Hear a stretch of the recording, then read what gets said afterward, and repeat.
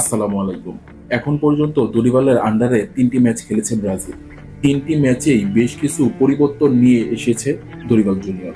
৩ ম্যাচের স্কোয়াড দেখে আজকে পর্যালোচনা করব কেমন হতে পারে ইউএস এর সাথে ব্রাজিলের একাদশ। ইংল্যান্ড এবং স্পেনের বিপক্ষে গোলবারের দায়িত্বে ছিল বেন্তো। জাতীয় দলে ডাক পেয়েই ভালো পারফরমেন্স করেছে। এমন পারফরমেন্স করবে তা কারো প্রত্যাশায় ছিল না। বলতে পারেন ইংল্যান্ড এবং স্পেনের বিপক্ষে ব্রাজিলের গোলবারের বেস্ট পারফরমেন্সটাই ছিল বেন্তোর। অ্যালিসনের সেই প্রাইম পারফরমেন্স এখন আর নেই, এটা মেনে নিতেই হবে। বেশ কিছু সেভ দিলেও ভুল করে বসেন, মাঝে মাঝে ইরোর করে বসে থাকেন। ওভারঅল আমার কাছে এই মুহূর্তে বেন্তুকেই সেরা মনে হচ্ছে। শেষ ম্যাচে লেফট ব্যাকের দায়িত্বে ছিল অ্যারেনা। অ্যারেনা প্রত্যাশিত পারফরমেন্স করতে পারেনি। বল সাপ্লাইয়ে পিছিয়ে থাকার পাশাপাশি বল হারিয়েছে ১২ বার। ইংল্যান্ড এবং স্পেনের বিপক্ষে পারফরমেন্স অনুযায়ী আমার মতে লেফট ব্যাকে ওয়েন্ডিল বেটার অপশন।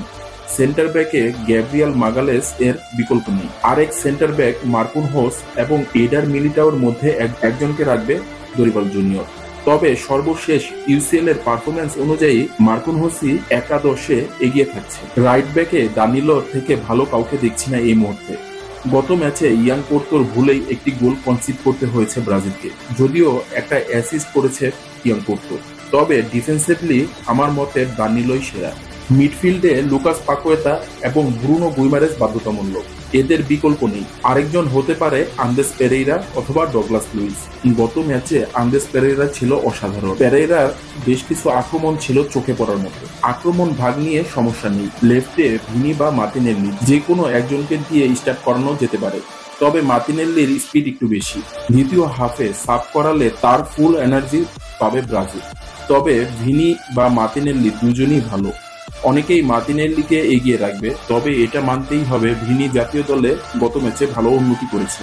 গত ম্যাচে যদিও কয়েকবার বল হারিয়েছে, ওভারঅল অন্যান্য ম্যাচের তুলনায় গত ম্যাচে ভালোই খেলেছে। রদ্রিগো একটা ভার্সেটাইল খেলোয়াড়, তাকে দরিবাল নাম্বার 10 পজিশনে বা ফরওয়ার্ড হিসাবে ব্যবহার করতে পারে এবং সেকেন্ড হাফে অ্যান্ডিকে সুপার সাব হিসাবে ব্যবহার করতে পারবে দরিবাল জুনিয়র। রাইট উইংয়ে সাবিও এবং রাফিনহা দুজনই ভালো এবং পারফরমেন্স অনুযায়ী আমি রাফিনহাকেই এগিয়ে রাখবো।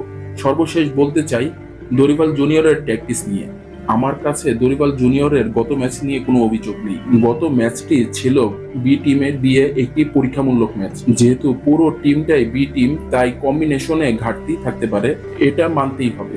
সব মিলিয়ে আমি দরিবাল জুনিয়রের উপর ভরসা করছি, তার হাত ধরেই ব্রাজিলের সুদিন ফিরে আসবে ইনশাল্লাহ। যেমন হতে পারে ইউএস এর সাথে ব্রাজিলের একাদশ। গোলবারের নিচে থাকবে বেন্তো, 2 সিবি হিসাবে থাকবে গ্যাব্রিয়াল মাগালেস এবং মার্কুনহোস। রাইট ব্যাকে থাকবে দানিলো, লেফট ব্যাকে থাকবে ওয়েন্ডেল। মিডফিল্ডে থাকবে আন্দেস পেরেইরা, লুকাস পাকুয়েতা এবং ব্রুনো গুইমারেস।